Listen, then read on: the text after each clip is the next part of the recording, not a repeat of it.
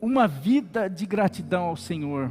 Porque gratidão não é só um tempo, um período, não é, embora a gente fale no final de ano, mas gratidão deve ser o nosso estilo de vida, ter uma vida grata. Gratidão é algo que a gente precisa, as pessoas olharem para a gente e falar assim, não, aquela é uma pessoa grata, independente das circunstâncias, independente de como está a vida dela, do que ela passa, ela está sempre feliz, ela encontra paz, ela encontra esperança, é uma pessoa assim. E eu quero te dar algumas chaves nessa noite, nesse último dia, último culto do ano. Uma vida de gratidão ao Senhor. Eu queria ler 3 versículos, Salmo 116, e tirar algumas lições aqui. O salmista faz uma pergunta, e ele mesmo acaba respondendo, e nessa pergunta e nessa resposta eu tiro algumas lições. Como podemos ter uma vida de gratidão ao Senhor? O que é ter uma vida grata? Ter uma vida de gratidão ao Senhor. Texto, Salmos 116, de 12 a 14. Se você puder colocar na ARA, por favor. Eu sempre gosto da NVI, mas desse daí eu vou na antiga mesmo lá, porque isso, o salmista diz: que darei ao Senhor por todos os seus benefícios? Tem alguns textos: por todas as suas dádivas, as suas bênçãos, por tudo que Ele tem feito a mim. O que eu posso dar ao Senhor? Como eu posso retribuir ao Senhor por tudo que Ele tem feito para mim, para comigo? Versículo 3, daí ele fala: tomarei o cálice da salvação e invocarei o nome do Senhor. 14, cumprirei os meus votos ao Senhor na presença de todo o seu povo. Eu queria, nesses simples textos, dizer como você pode ter uma vida grata. E o salmista declara aí, às vezes você lendo assim, como retribuir toda a bondade, como ter uma vida grata, e daí depois erguerei o cálice da salvação. O que isso significa? Eu quero trabalhar com você. Mas a primeira lição que eu aprendo, como ter uma vida de gratidão, é primeiro reconhecendo como autor, reconhecendo o Senhor como o autor de toda dádiva. O salmista, porque às vezes nós terminamos um ano, concluindo um curso, ou conquistando um trabalho, ou galgando algumas posições, ou alguns êxitos, algumas vitórias, e às vezes a tendência nossa é falar: nossa, você viu, olha, eu me esforcei. É lógico que tem a semeadura, tem o esforço, tem a dedicação, mas bem-aventurado aquele que sabe que toda boa dádiva vem do Pai das luzes, em quem não há variação. Toda boa dádiva, se você tem condições de se esforçar, se você tem inteligência, se você tem capacidade, se você tem saúde, se você tem tido discernimento, sabedoria, encorajamento, se você tem realmente percebido o que fazer, como fazer para conquistar algumas coisas, é porque o Senhor tem te dado direção, tem te iluminado, tem te ensinado, tem te guiado, tem te sustentado, tem dado ferramentas para você. E quantas pessoas às vezes conquista, olha a minha posição, e às vezes não reconhece que essa dádiva vem do Pai das luzes, vem do Senhor. E o salmista aqui, ele já vai: o que eu posso fazer? Porque eu sei que tudo que eu tenho recebido vem do Senhor. Você tem reconhecido isso? Você reconhece, chegando no final do ano, que tudo aquilo, se você hoje tem uma família, se você tem uma igreja, se você tem amigos, se você tem pessoas, se você tem um trabalho, se você tem saúde, se você tem tantas coisas, tudo isso é por causa que o Senhor tem te agraciado, tem te abençoado, tem renovado as misericórdias dEle, porque Ele um dia enviou Jesus para que pudesse realmente junto com Jesus te dar uma vida e uma vida abundante.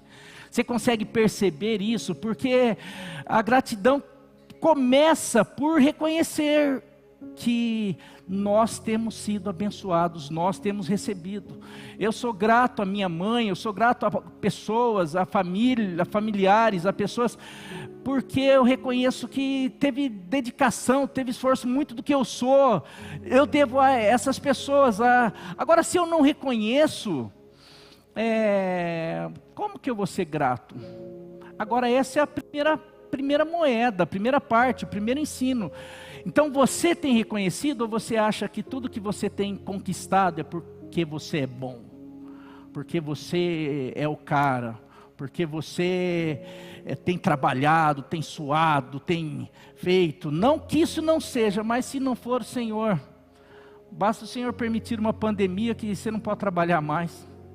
Basta o Senhor permitir um microbinho, um vírus, de repente entrar, você pegar e de repente toda a imponência, todo o dinheiro, toda a sabedoria, toda a força, tudo aquilo que o homem tem, vira cinzas em pouco tempo. Se não for o Senhor que esteve ao nosso lado, meu querido, se não for o Senhor. Então, primeira coisa, nós precisamos saber, se nós chegamos até aqui, é porque Ebenezer, até aqui o Senhor nos sustentou, é porque até aqui o Senhor tem nos guardado, tem nos livrado, tem feito, como lembro na ministração da irmã Rita aqui, tem realizado milagres ordinários, tem todos os dias estendido a sua mão poderosa sobre nós e sobre a nossa casa. Primeira, para você ter uma vida grata, você precisa reconhecer que toda dádiva, toda bênção, que o Senhor que tem derramado sobre a tua vida, mas também, se você quiser deixar o texto aí, por favor, deixa Salmo 116, versículo 12, porque daí eu vou falando, porque as lições têm a ver com as passagens desse versículo aí, 12. Então, a primeira lição é daí: que darei ao Senhor por todos os seus benefícios? Ele entendia que todos os benefícios, as bênçãos, vinham do Senhor. Pode ir para o 13. Segunda, como podemos ter uma vida de gratidão? Erguerei o cálice da salvação, é o que ele fala, tomarei o cálice da salvação. Segundo, tendo uma vida, acho que está embaixo, isso aqui. Uma vida, levando uma vida, tendo uma vida, honrando a salvação, ou aquilo que Jesus fez por você na cruz do Calvário. O que isso tem a ver com erguerei o cálice da salvação? Nas culturas antigas, principalmente Israel, mas não era só Israel, mas nos reinados antigos, tudo que você ia selar algo, uma aliança, um tratado, agora daqui para frente nós vamos celebrar, vamos fazer uma aliança aqui. Era blindado, era selado com uma taça, era uma taça de vinho, que era erguida e era um brinde, aquilo que estava sendo selado. Nós sabemos qual é a nossa taça da salvação e qual é o vinho que está dentro dessa taça. Quando o salmista fala, eu erguerei o cálice da salvação, está se reportando e falando ao sangue de Jesus, que um dia foi erguido, foi levantado para que nós pudéssemos celebrar uma nova aliança, a aliança da salvação, onde realmente nós teríamos uma oportunidade de ter uma vida abundante, não por sacrifícios, não por mérito, mas por causa daquilo que Jesus fez, por causa do amor, por causa da graça, por causa da sua misericórdia, por causa do seu desejo de buscar aqueles que se tinham perdidos. E muitas vezes fala assim, mas como que nós podemos viver honrando isso? Hebreus vai falar muito sobre, para a gente não pisar, para a gente não pisar o sangue de Jesus. Toda vez que você está falhando aí, vou tentar de novo. Se começar a falhar, a gente troca aí. Depois tem que fazer já faz uns 2 domingos, desde que começou a falhar isso daí, a gente tem que rever tudo isso daí de novo. As frequências, coisas assim. Cálice da salvação tem a ver com valorizar, honrar aquilo que Jesus fez por nós. É receber, porque as pessoas aí não têm noção de que nós estávamos, por isso que a humanidade caminha aí tranquilamente, em passos largos para uma perdição, porque todos pensam que nós somos criaturas de Deus e que esse papo de perdição, de inferno, não, mas isso é uma realidade. Ali no jardim, o homem perdeu algo ali, ele desobedeceu, ele se rebelou e ali ele mereceu, a morte, a condenação foi passada para toda a humanidade. E nós só temos uma oportunidade, e a oportunidade foi nos dada através de Jesus na cruz do Calvário, através desse cálice da salvação. E toda vez que nós reconhecemos que o que eu tenho, o que eu recebi, se hoje eu posso ter alegria, posso ter paz com Deus, se hoje eu posso ter uma esperança de que, se um dia eu perdi filhos, mas não é para sempre, porque existe uma eternidade que foi conquistada na cruz, para mim, para minha família, para aqueles que creem, para todos aqueles. Então eu vivo realmente blindando, levantando esse cálice todos os dias. Eu vivo de acordo com agora a nova vida que foi aliançada por conta desse cálice que foi levantado na cruz do Calvário. Agora, como que eu valorizo isso? Como o salmista está falando, o que eu posso fazer? E ele responde: eu vou viver uma vida valorizando, erguendo, levantando, mostrando que eu faço parte do cálice da salvação, que eu recebi. Diferente de muitos que às vezes não tem nem compreensão, acha que por participar de uma igreja, ou por ser evangélico, ou por ser católico, ou por ouvir falar de Jesus. Não, meu querido, se um dia você não beber esse cálice, e como que a gente bebe esse cálice? É reconhecendo que nós só podemos ter a vida eterna, só podemos passar a ser filhos de Deus. Nós só podemos tomar posse da salvação se eu crer, se eu reconhecer que eu era um pecador, que eu sou um pecador, que eu estava condenado, mas porque um dia Deus, no céu, Ele levanta o cálice chamado Jesus na cruz do Calvário e derrama o seu sangue para resgatar a humanidade, falando assim: aqui eu quero selar uma aliança com todo aquele que crer nessa atitude. Com todo aquele que crer nesse cálice chamado Jesus Cristo, vai ter a vida.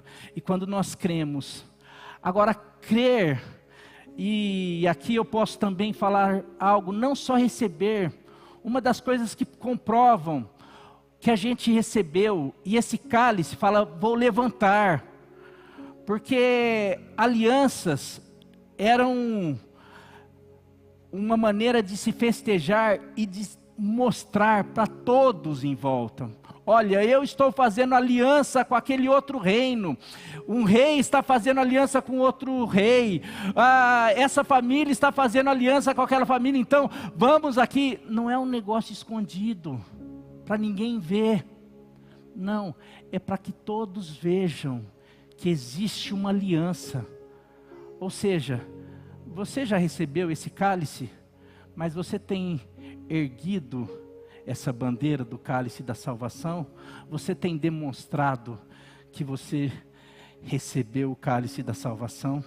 Você tem honrado diante das pessoas? Você tem não só recebido, mas você tem falado que esse cálice não é só para você, que pode ser para o teu vizinho, para o teu amigo, para o teu tio, para todos que crerem. Porque esse cálice não é prerrogativa nossa, é prerrogativa para todo aquele que nele crê. Então, meus queridos, você quer ter uma vida, você quer... eu podia ter falado, porque o salmista está respondendo de acordo com aquilo que Deus espera. Porque se eu quero agradar... André, eu percebo que ele faz muita coisa para mim, e eu tenho uma gratidão enorme por ele. Daí eu vou, puxa, o que eu posso fazer para agradá-lo? Para demonstrar minha gratidão? Eu vou pegar ele e vou fazer algo que ele não goste. Não, eu preciso conhecê-lo e saber assim, eu já sei. Eu vou colocar ele dentro do meu carro, ir lá em Bauru, levar ele na Dona Baunilha, e a gente passar uma tarde comendo algumas coisas. Lá, daí eu fui aqui mais perto, menos, né? Não, agora não. Não, é que eu fui aqui, eu não posso falar dos outros planos, né? Aqueles lá, deixa só para nós, André. Então, porque quando você quer ter uma vida de gratidão a Deus, não adianta você fazer o que agrada a você. Eu já sei o que eu vou fazer, quero ter uma vida, eu sou grato a Deus, então eu vou lá na igreja e vou levantar minha mão, mas meu coração está peludo, eu estou levantando a minha mão, mas eu estou com raiva do fulano, não perdoo o ciclano. Se eu pudesse, eu fulminava uns 3 aqui, matava no olhar, e assim por diante, mas eu estou lá, Deus, obrigado, eu sou grato ao Senhor, estou levantando a minha mão, mostrando que eu sou grato ao Senhor. Será que eu vou estar demonstrando uma vida de gratidão? Eu vou estar fazendo algo que não é o que Deus espera de mim. Quando você quer ter uma vida de gratidão a Deus, ou é uma vida que agrade a Deus, que demonstre realmente, por isso que o salmista fala, eu sei, sabe uma coisa que Deus se agrada e que com certeza eu tocaria o coração dele? É celebrar a sua salvação, a salvação que ele conquistou através do seu Filho para todo aquele que crê, para toda a humanidade. Então essa daí, além de eu receber, de reconhecer, eu quero celebrar, eu quero levantar e eu quero compartilhar com o máximo de pessoas, porque é isso que Ele quer para todos. Amém? Terceiro, como eu posso ter uma vida de gratidão ao Senhor, demonstrar a minha gratidão, ter uma vida de intimidade e comunhão com Ele. Onde que se encontra isso? Ele diz, erguerei o cálice da salvação e invocarei o nome do Senhor. Esse invocarei o nome do Senhor, invocar, vocal, tem coisa, falar, tem a ver com a voz, mas o uma voz interior, é a voz do coração, é algo de dentro. Eu quero que todo o meu ser busque, isso é invocar. Invocar não é chamar, é invocar, é clamar, é que tudo que há em mim clame, busque, assim como a corça anseia pelas correntes das águas, assim a minha alma anseia por ti. E não é invocarei o nome do Senhor. O nome tem a ver com a identidade. O nome é quem é. Naquela cultura, o nome tem a ver com a identidade. Eu vou invocar a identidade, quem Ele é. Eu quero não só as suas bênçãos, porque eu já tenho recebido, eu reconheço que tudo que Ele tem me abençoado demais, eu tenho recebido tantas dádivas, mas por conta disso eu quero agradecer. Então como que eu posso? Eu quero realmente que Ele venha para mim, que eu quero ter intimidade com Ele, eu quero conhecer Ele, eu quero ter tempo com Ele, quero conhecer Ele, quem Ele é, não só pelo que Ele faz, o que Ele tem me dado, o que Ele tem me proporcionado. Dá para entender, meus irmãos? Uma vida de intimidade e comunhão com Ele, aqui, meus queridos, talvez seja a minha maior luta, porque a hora eu estou buscando a Deus, eu estou buscando por uma palavra, eu estou buscando por causa de uma situação na família, eu estou buscando por causa de uma situação na igreja, toda hora eu lembro, não, eu quero buscar só Deus. Eu não estou buscando o Senhor agora por causa da igreja, eu não estou buscando o Senhor agora por causa da pregação, não estou buscando o Senhor, eu quero buscar o Senhor como um pai, como um amigo, como alguém. Eu quero conhecer a tua intimidade. Eu faço isso um dia, eu faço 2 dias, a hora que eu estou me deliciando, estou começando a entrar, a ter uma intimidade, vem 1000 coisas e eu começo, Senhor, eu preciso disso, Senhor, a hora que eu vejo, meu querido, não adianta eu falar, pai e mãe deram a vida por mim, tudo que a gente deve muito para os nossos pais, mas não adianta eu falar aqui de púlpito, falar, sou muito grato a vocês, mas passar uma semana sem ligar, sem falar, sem querer saber como que estão, eu sei que se ficar 3, 4 dias sem passar lá, já começa a ficar, na verdade eu fico 2, 3 dias, quando eu chego lá, nossa, faz uma semana que você não vem aqui, não liga mais pra gente, não, mas sabe o que é? Você é grato? Mas cadê? Aonde você mostra? Você demonstra no relacionamento. É amor. Você ama a esposa, mas como que você mostra? Sabe, é cultivando uma intimidade. É cultivando, você fala, Deus, eu te amo, eu sou grato por tudo que o Senhor faz. Se eu tenho um trabalho, se eu tenho uma família, eu reconheço que tudo vem do Senhor. O que você faz? Eu, domingo sim, domingo não, estou lá na igreja batendo cartão dou R$50 lá, dou um valor lá, ajudo a igreja, faço minha oração, faço meu Pai Nosso, e está lá certinho, é isso que Deus quer de você? Será que é isso que teu pai quer de você? Será que é isso que a tua esposa quer de você? Você quer saber a intimidade? Tem um versículo que eu amo, a intimidade do Senhor é para aqueles que o buscam, para aqueles, a gente poderia colocar, para aqueles que o invocam, e para esses, Ele revela os seus segredos. Daí você começa a ver pessoas com intimidade, com discernimento, com uma noção espiritual das coisas, tudo, porque tem uma diferença absurda entre inteligência e sabedoria e discernimento. Tem muita gente inteligente que não é sábia. Tem muita gente inteligente comendo pão que o diabo amassou. Porque falta sabedoria, falta discernimento. Porque isso, quem dá sabedoria e discernimento é o nosso Deus. Mas Ele dá para aqueles que o buscam através da sua palavra, através da oração, através da comunhão, através da intimidade. Mas por que Ele dá isso? Porque Ele reconhece que esses querem. Eu nunca esqueço da pregação aqui da Taína, não, Inaraí, meu Deus, nome vocês sabem que eu falo 500 vezes, já falei aqui de púlpito, ela falando sobre o relacionamento que o irmão tinha com a mãe, que às vezes ela ficava... E daí que ela foi perceber por quê? Porque o irmão chegava até a mãe, o irmão ia, e ela já tinha um jeito diferente. E é isso mesmo. Com Deus é assim, Deus não tem filhos prediletos. Deus não faz acepção de pessoas, mas um dia eu ouvi isso e para mim, Deus não faz acepção de pessoas.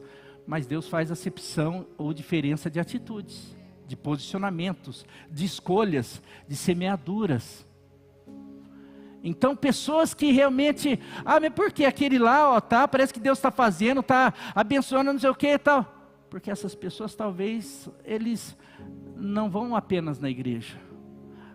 Quando eu falo apenas, na igreja é muito bom, porque aqui a gente recebe. Mas se você apenas vai na igreja, e esses dias eu vi uma pesquisa que eu falei, não sei se é verdade, estou orando para que não seja. Porque hoje você nem sabe o que é mais verdade, o que você lê, você tem as fontes lá, mas que 70% dos evangélicos, das pessoas que frequentam a igreja, eles não têm uma vida de oração. É um negócio assim, como assim? Então, a gente fala que acredita em Deus, a gente busca Deus, a gente fala que a gente é grato a Deus, a gente reconhece Deus, mas no dia a dia a gente não fala com Ele. A gente não desenvolve um relacionamento. Gratidão não é apenas sentimento. Gratidão é ação. Você vê, por isso que fala ação de graças. É fazer algumas coisas. E esse salmista está falando, como que eu posso retribuir ao Senhor? Como que eu posso mostrar a minha gratidão? Fazendo essas coisas. Reconhecendo, honrando a sua salvação, demonstrando, de alguma maneira me tornando íntimo dele. Qual foi a segunda? Reconhecendo que tudo vem dele, honrando a salvação e tendo uma vida de intimidade e comunhão com ele. Buscar-me-eis e me achareis quando me buscardes de todo o vosso coração. Quarto, cumprirei para com o Senhor os meus votos, cumprirei para com o Senhor os meus votos. Como que eu posso ter uma vida, demonstrar uma vida de gratidão? Através de uma vida de compromisso e fidelidade. Votos, hoje não tem muito assim, antigamente fazia voto, voto nada mais é do que uma aliança que as pessoas faziam, um compromisso, e hoje parece que não está na moda, porque ninguém quer ter compromisso com nada, por isso que ninguém mais quer casar, ninguém mais quer assumir compromisso nenhum, porque, a gente vive junto, porque se um dia vai que acontece alguma coisa, a gente nem precisa desses negócios, então vamos viver, vamos experimentar, vamos ter os benefícios de um casamento sem ter as responsabilidades, porque compromisso gera responsabilidade, e ninguém mais quer ter responsabilidade, ninguém quer mais assumir nada, mas as coisas com o Senhor, meu querido.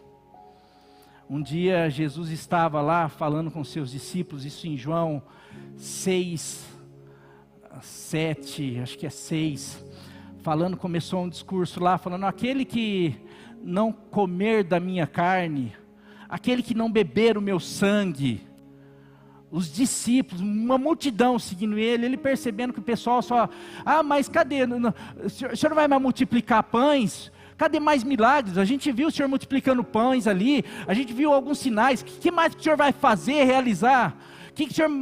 Cadê mais? Não vai ter mais entretenimento, não vai ter mais um monte de coisa, não vai ter, não é, eu não vim para isso não, eu vim para gerar uma nova identidade em vocês, dar uma nova vida, falar sobre um outro reino, não esse reino natural, terreno. Eu vim libertar vocês disso que contamina vocês, que é o desejo por ter, por conquista, por tantas coisas, e tudo no âmbito material. Eu vim, mas para isso vocês precisam comer da minha carne, beber do meu sangue. O que Jesus estava falando? Vocês precisam, ele estava falando acerca da ceia, do batismo, de andar, do discipulado, de começar a caminhar com ele, se comprometer com ele, de renunciar a si mesmo, tomar a sua cruz e segui-lo. Daí o pessoal começou a falar assim para o outro, o que ele está falando? Não, agora ele parou de fazer milagre e está começando a falar uns negócios aí de compromisso, tem que comer da carne, beber do sangue, tá um negócio meio estranho aí. Uma pregação não tá, essa pregação não está legal não, esse culto não está legal, tá? Começou a entrar em compromisso, já não dá mais só para a gente vir, assistir, ver só um negócio assim, só aquilo que a gente gosta, a gente pega, não é mais supermercado agora, que a gente vai, escolhe o que quer, está começando a falar sobre compromisso, o pessoal começou, não, vamos deixar. E o texto fala que muitos, ali, se você prestar atenção, vai falar muitos discípulos, não fala multidão. Muitos discípulos começaram a abandonar, porque Jesus não tinha só os 12 eram mas muitos seguiam Jesus, os 12 eram os próximos, mas muitas pessoas seguiam, queriam aprender, queriam caminhar, entendia sobre Jesus, tinha uma multidão mas daí muitos começaram, peraí, não, você quer saber, acho que não é bem aquilo que a gente estava pensando, e daí Jesus vira para os discípulos, e aí, vocês também querem? Porque comigo não é, aqui funciona assim, quem quer tem que ter compromisso, porque sem compromisso, tenta fazer uma faculdade sem compromisso, tenta ter sucesso numa vida profissional sem compromisso, tenta ter filhos sem comprometimento, tenta criar filho, tenta ter um casamento, aliás, tenta fazer qualquer coisa e ser bem sucedido sem você ter compromisso, mas aí a gente acha, a vida espiritual, as coisas espirituais, eu posso ir para o céu sem ter compromisso. É só de vez em quando ir na igreja. Só de vez em quando eu falo, legal lá. Eu até levantei minha mão um dia lá. E a gente acha que a gente vai para o céu.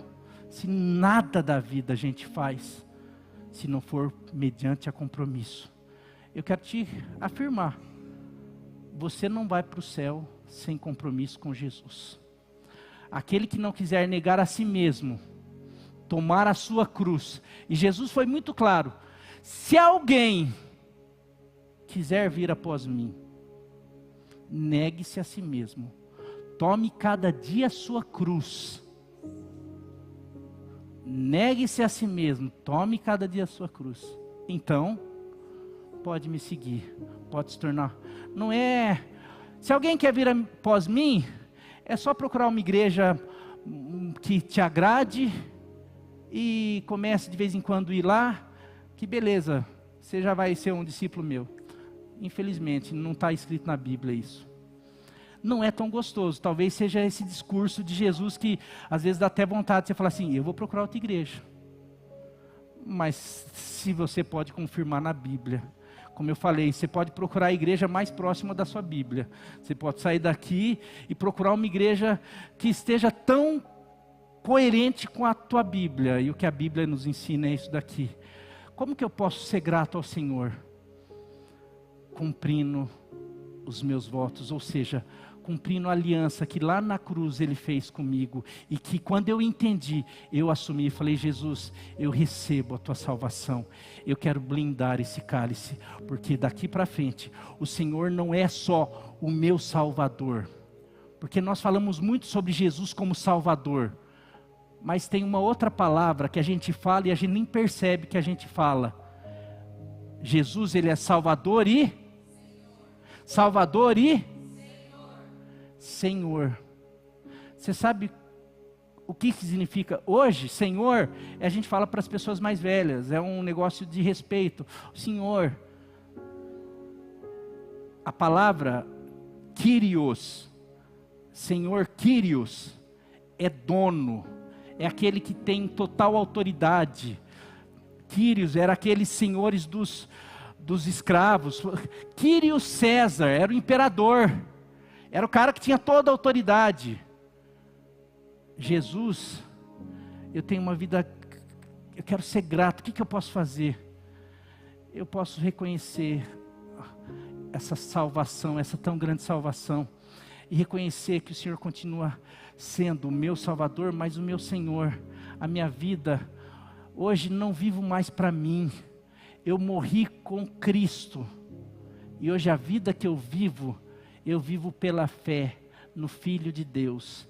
Eu vivo a vida dele, é do jeito dele, os ensinos dele, as orientações dele. Mas e e as minhas vontades? Essas eu crucifico na cruz que eu tenho que trazer comigo. Essa cruz, porque Jesus fala, cada um tome a sua cruz, para crucificar o meu ego, o meu orgulho, os meus traumas, as minhas mazelas, as minhas chatices, as minhas coisas. A hora que eu começo, opa, Marinho, volta para a cruz lá. Porque essa vida não é mais a nova vida. A nova vida é uma vida comandada, dirigida por Jesus. Porque quando eu assumi um compromisso, e como uma vida de gratidão, eu quero cumprir esse compromisso. Eu quero seguir esse compromisso. Sabe, você quer agradar o Senhor? Você quer ter uma vida que demonstre que você é grato ao Senhor? Estou terminando o ano grato ao Senhor. Esse ano eu estou terminando, lembrando que durante esse ano, eu cumpri os meus votos. Que os votos? Lembrando que esse ano, eu cumpri o meu compromisso com Ele. Ele foi o Senhor da minha vida, Ele foi o Senhor das minhas decisões, Ele foi o Senhor das minhas escolhas, Ele foi o Senhor da minha vida, da minha casa, da minha agenda, das minhas prioridades. Tudo que eu fiz passou pelo crivo dEle, porque eu assumi um compromisso com Ele, não apenas com a igreja, não apenas com pessoas, eu assumi um compromisso. Por isso que o salmista fala, como que eu posso fazer algo para retribuir? Cumprirei para com o Senhor os meus votos, ou vou ter uma vida de fidelidade e compromisso com Ele. Você quer, talvez esse ano não foi tão assim, mas você pode começar o próximo ano tendo uma vida de compromisso com Ele, fidelidade para a honra e glória do nome dEle. E daí você vai começar a ter uma vida grata, porque independente de qualquer coisa, Ele vai comandar, e se Ele te comandar, automaticamente você vai ser grato, porque Ele fala o quê? Em tudo? Ah, mas o pneu do carro furou. Em tudo dai graças. Corinthians foi campeão. Tudo dai graças.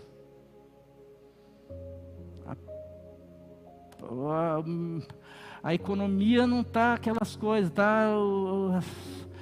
A coisa parece que a política, não sei. Em tudo dai graças. Ah, mas vontade do Marinho é o quê? Vontade do Marinho, meus irmãos, se vocês soubessem as minhas vontades naturais, carnais, vocês jamais iam me ouvir como pastor. Eu tenho vontade de matar a gente. Eu tenho vontade de xingar. Tem vezes que eu tenho vontade de não vir na igreja. Esse é o Marinho que precisa ser crucificado todos os dias. Porque se esse Marinho tomar conta, e há um tempo atrás, quando ele tomou conta, até hoje eu ainda carrego consequências. Porque quem semeia na carne ou na sua vontade, vai colher corrupção, vai colher morte. Mas quem semeia no Espírito, na vida nova, nesse Senhor que agora é meu dono, e que Ele que dirige, que comanda, e quando eu obedeço e lembro do meu compromisso com Ele, Marinho, você está com... O problema é teu, Marinho. Agora você não domina, mas agora o pecado não tem mais domínio sobre mim.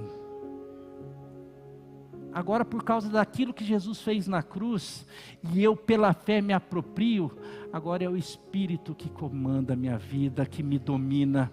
Agora eu vivo pela fé. Mas como que você faz isso? Pela fé.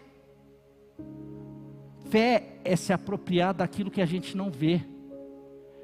Eu não vejo essa força, mas eu me aproprio a hora que eu vejo o Marinho está quietinho, está domadinho. Por quê?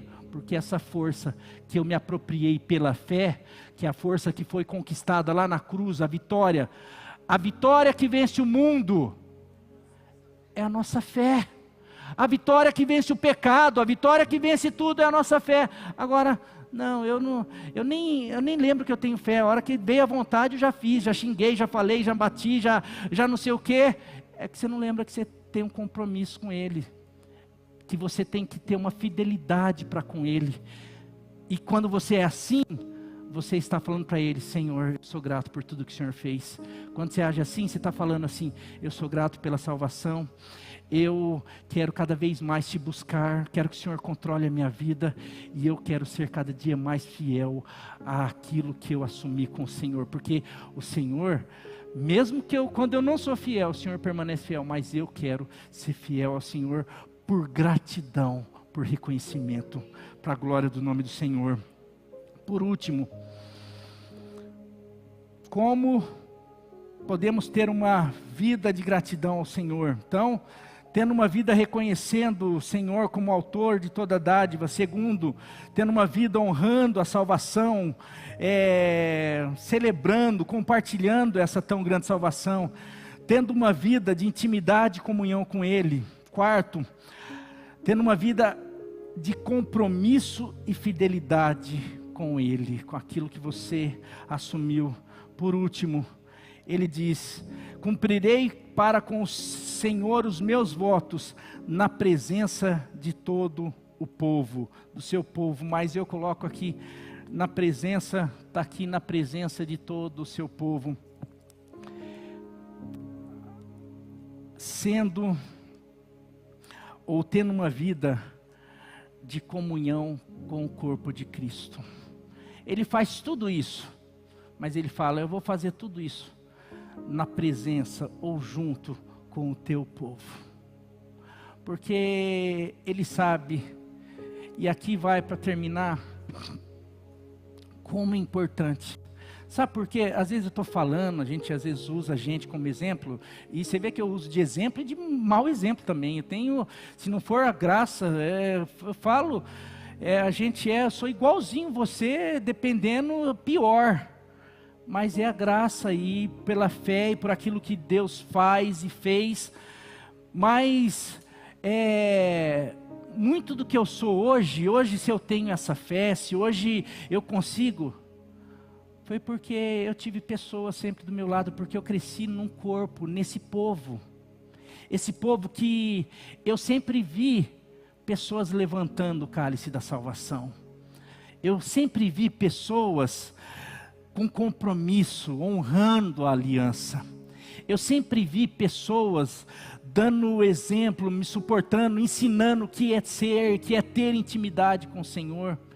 Eu, nas minhas fragilidades, nas minhas falhas, eu tive um suporte, porque mesmo quando eu ferido ou machucado, eu sempre fiz parte do corpo. E quando você tem algo no teu corpo que é machucado, você não amputa, você não faz, ai, machuquei o dedinho, corta, tira ele fora.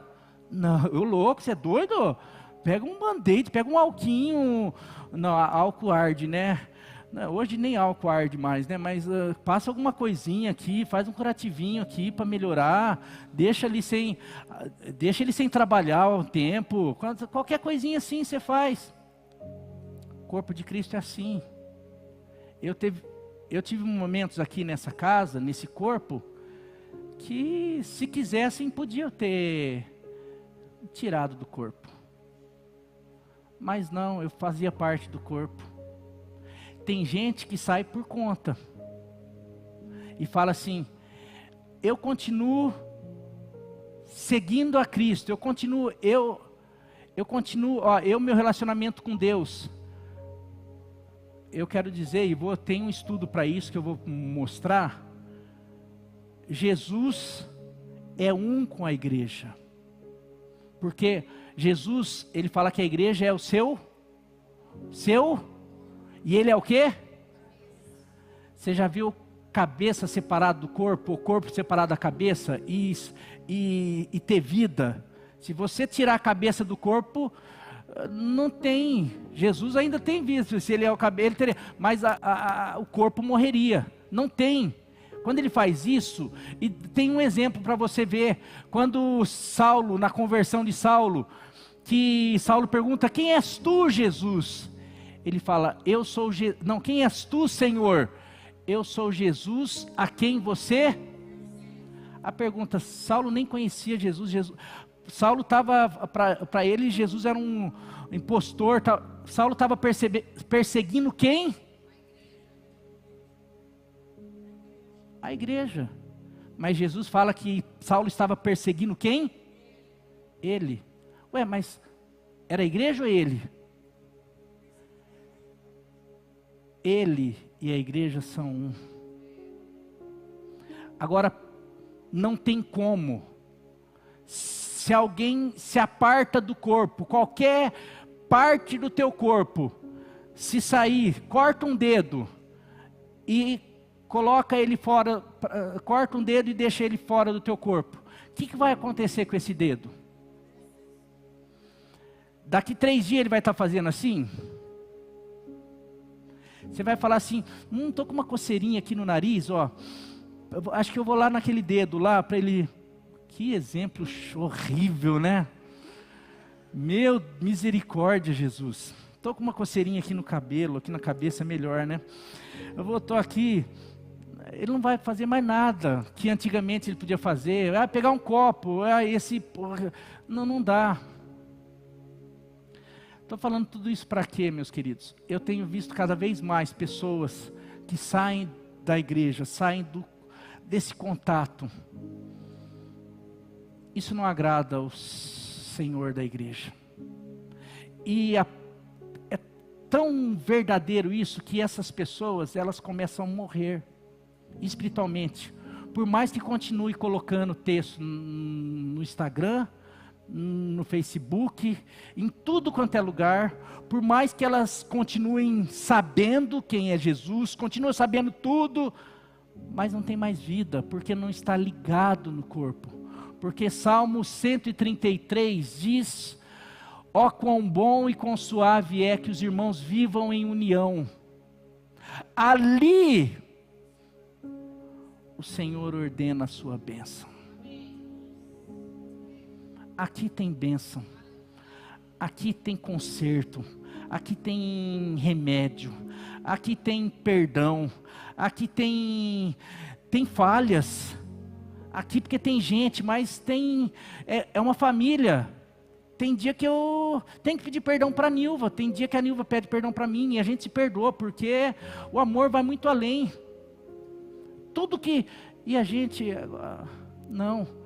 Aqui é onde que a gente vai matando o orgulho. O meu orgulho por achar que não, eu estou certo. Não, se eu estou certo, não, mas não, quem está certo é Jesus, que um dia morreu na cruz. E ele esvaziou, fala Filipenses 2 lá, que ele esvaziou, sendo Deus, sendo o autor e consumador de todas as coisas. Ele esvaziou a si mesmo e veio ser servo. Veio ser humilhado. Ele tirou todo o orgulho. Sabe para quê? Para que eu e você estivéssemos aqui juntos. Daí, o que é maior? O que Jesus fez ou o teu defeito? Se for o teu defeito para mim, é que o que Jesus fez, eu não tenho a mínima noção. Porque se o teu defeito, se o outro defeito, se os problemas que a gente tem aqui for maior do que o que Jesus fez na cruz por nós, por mim, pelo meu irmão, por você, pelo outro, meus queridos, nós não entendemos nada de evangelho. Pessoas que se afastam de igreja por causa de um, por causa do outro, por causa de defeito, por causa de erro, por causa não sei do que, é porque nunca estiveram por causa de Jesus.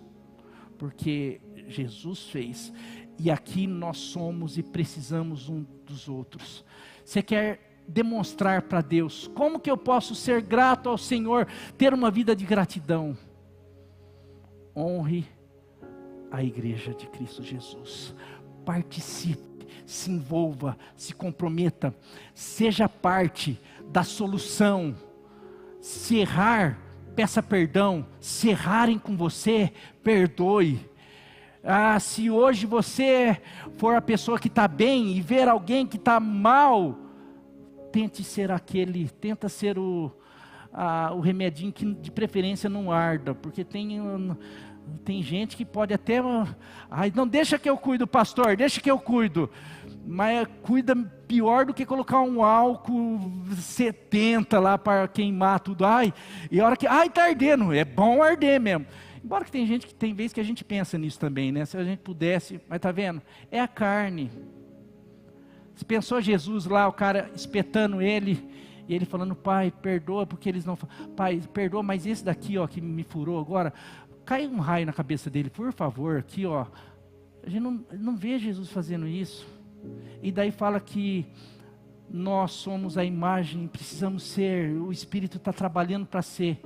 Daí Jesus lá na cruz pedindo, todo mundo cuspindo, todo mundo renunciando, todo mundo maltratando, fazendo, e ele pedindo, Senhor, Pai, perdoe, porque eles não sabem o que fazem. Aqui não pode nem olhar torto para a gente, que a gente já deseja morte, já faz não sei o que, não vou mais na igreja, não sei o que, e tal. E a gente, meus queridos, por isso que eu falo, se não for, se a gente não colocar esse hominzinho natural para ser crucificado, por isso que Jesus, negue-se a si mesmo, negue-se essa coisa assim. Eu tenho problema com trânsito, eu tinha futebol e trânsito, Deus já deu jeito no futebol, 500 cirurgias para eu não jogar bola, já que eu não conseguia me controlar, ele deu jeito. Daí no trânsito, graças a Deus eu estou conseguindo, porque eu falei, o que vai acontecer no trânsito, né? Então eu falei, não Deus, eu tenho uma missão para cumprir. Então, a hora que está cada dia mais difícil, gente, mas a hora que acontece os negócios, vem aquela coisa, Senhor, abençoa essa pessoa. Daí passou, mas assim, passou esse daqui, passou, acabei de orar por esse, já tem que orar por outro. Daí, mas é assim. Mas o importante é que a gente possa, se nós reconhecemos que tudo que somos e temos, o Senhor tem sido maravilhoso. E se eu quero, como salmista, falar, Senhor, o que eu posso fazer para o Senhor? Por tantos benefícios, por tudo que o Senhor fez por mim. Aprenda essas 5 lições e viva para a glória do nome dEle. E para a tua felicidade, para a felicidade das pessoas que te rodeiam, porque é aquilo que eu falei, uma pessoa grata, ela muda o ambiente, e o oposto da gratidão é a murmuração. Você vai ver como vai mudar a tua vida, teu casamento, teu trabalho.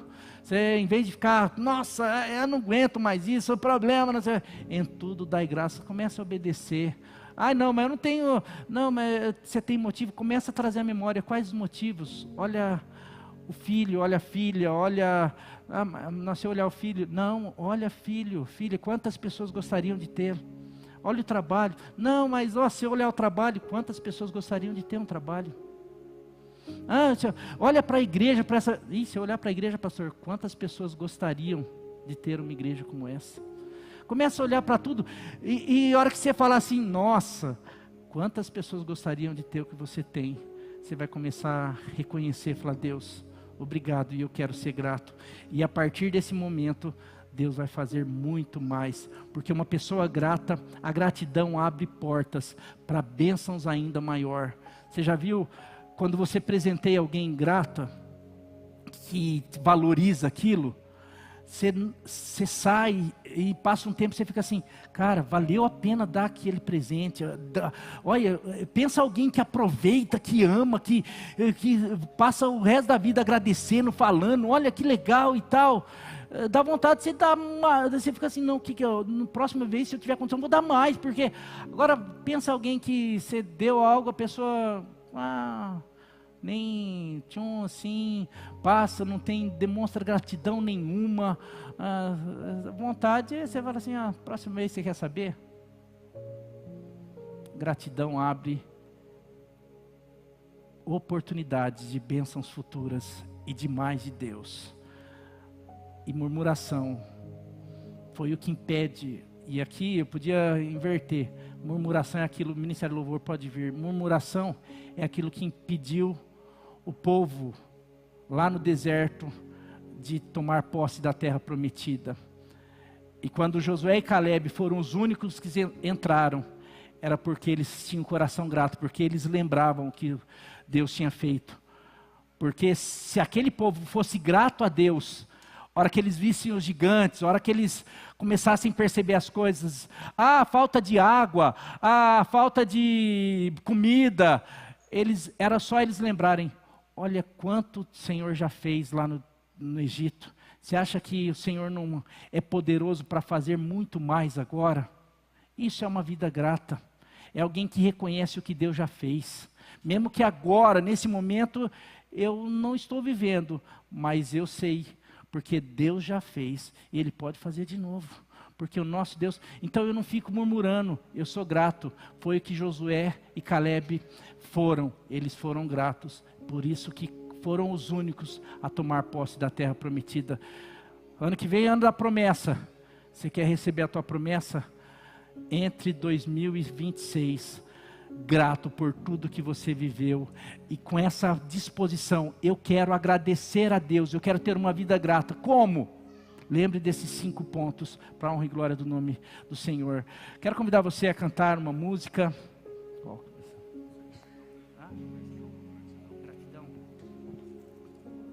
Você pode se colocar em pé, eu quero orar com você.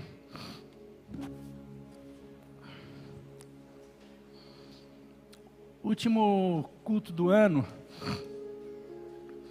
nós não vamos ter o nosso culto da passagem do ano, nós já falamos por desejar que você passe com a sua família, com seus queridos, mas nós incentivamos você ter um tempo ali para pedir a oportunidade, não sei se todos forem professarem a fé, mas mesmo que não, você peça uma oportunidade, fala, eu posso fazer uma oração, posso agradecer a Deus pela família. Todo mundo hoje gosta de uma oração, de receber, falar, agradecer pela família, pedir a bênção do Senhor, que você tenha esse tempo aí em família. Se você realmente não tem aonde passar, que você procure pessoas aqui, fale para, posso ir na tua casa aí? Estou sozinho. A gente precisava ser muito mais família mesmo. Lógico, você vai fazer isso com quem você conhece, tem intimidade, né? Às vezes você não tem, daí não, mas eu lembro, na minha casa a gente quase não faz nada, mas na casa dos meus pais, eu lembro quando sempre muita gente da igreja ia lá.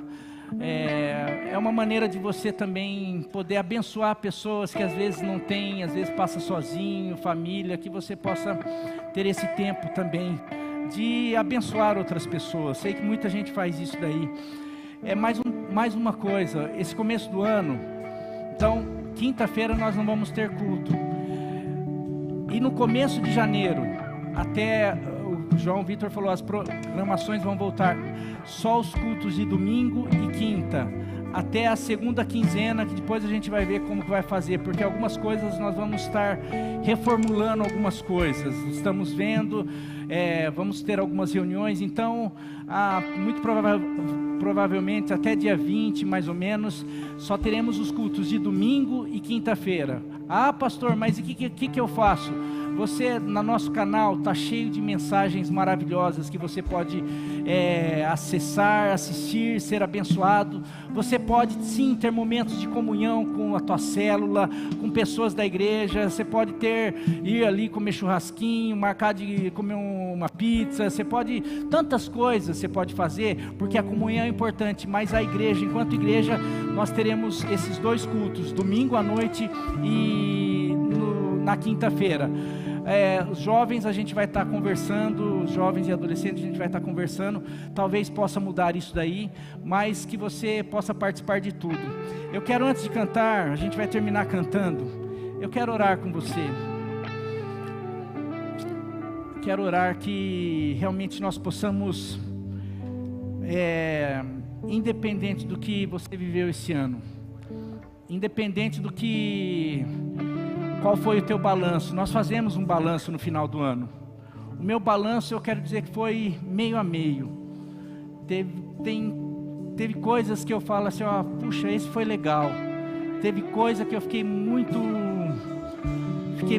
mal, muito não chegou nem perto do que eu queria ter vivido. Mas e aí, o que fazer?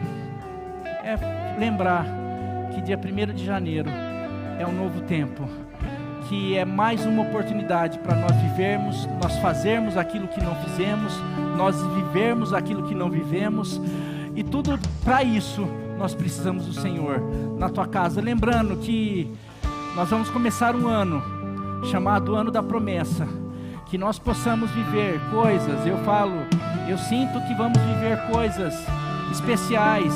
Nós já temos testemunhos já especiais aqui, de cura, de transformação, mas eu creio que 2026 nós vamos viver curas que não foram liberadas ainda esse ano. Nós vamos viver uma expansão. Esse foi o ano da expansão, mas ainda não foi a expansão que para mim o Senhor desejava para essa igreja. É uma promessa, uma expansão. Eu creio que 2026 vai ser um ano que também nós vamos expandir. Vai ser um ano de salvação em massa de famílias. Pessoas que estão sozinhas serão alcançadas, familiares serão alcançados. Tudo isso mediante posicionamento. Talvez seja o ano de organizações melhores em algumas áreas da igreja. Mas tudo isso daí depende do nosso posicionamento e da bênção de Deus. Por isso que eu quero convidar você a orar nesse momento. Pai, nós estamos aqui no último culto do ano. Nós temos muito a agradecer, porque se nós chegamos aqui, ó Deus, com um saldo muito positivo, nós temos as nossas frustrações, eu acredito que todos tenham. Nós podíamos ter feito mais em várias situações, talvez na nossa casa, família, ministério, igreja, trabalho, muitas coisas, mas nós fizemos aquilo que foi feito até hoje. Mas nós te louvamos porque nós temos um novo tempo para realizar e fazer. E eu quero pedir que esse novo tempo nós possamos fazer infinitamente mais do que nós fizemos esse ano. Que o Senhor, que o Teu Espírito possa nos capacitar, que o Teu Espírito possa ser derramado de uma maneira que possa nos impulsionar a querer, a desejar, a ir, a ter iniciativa para sermos melhores servos, melhores cristãos, melhores líderes, melhores familiares, melhores tudo, ó Deus, e que a Tua igreja possa viver as Tuas promessas, que cada família aqui, eu sei que cada família representada aqui tem os seus sonhos, os seus desejos, e o Senhor acompanha cada um, mas que nesse final de ano, nessa virada, realmente não seja apenas uma virada de calendário, de ano, mas seja uma virada de história, de tempo, de mudança, ó Deus, que o Teu poder possa se manifestar, que chaves sejam viradas, chaves espirituais, que coisas sejam liberadas, dons, talentos, milagres, vitórias, conquistas sejam liberadas nessa passagem de ano. Ó Deus, ânimo, renova os ânimos, traz fortaleza, fortalece o cansado, o abatido, ó Deus. Em nome de Jesus, faça aquilo que é necessário, traga restauração de saúde física para o Teu povo, curas físicas, emocionais, espirituais, libertação. Traz aquele que está afastado, traz aqueles que foram para fora, os desigrejados, aqueles que acham que não precisa de uma igreja, de uma família, traga-os de volta. Deus, que o Senhor possa resgatar muitos perdidos, mas usa cada um de nós, usa-nos, ó Deus, que nós possamos levantar o cálice da salvação e demonstrar que na cruz do Calvário toda a humanidade pode ser salva, e nós somos as testemunhas disso. Abençoe cada família, que eles tenham uma passagem de ano abençoada, que eles possam ser tocados pelo Teu poder, que na virada de ano as casas sejam visitadas pelo Teu poder, pelo Teu Espírito, pelos Teus anjos ministradores, e que nós possamos começar um ano muito mais comprometido com o Senhor, com o Teu reino, com a Tua palavra. Nós oramos no nome poderoso de Jesus. Amém, amém. Você pode aplaudir o Senhor e cantar essa música. Vamos encerrar cantando essa música. E se você que não vai ver muitas pessoas, na segunda vez que estivermos cantando, eu te convido a cumprimentar pessoas, desejarem realmente um ano novo, uma passagem de ano abençoada para eles em nome de Jesus. Deus abençoe.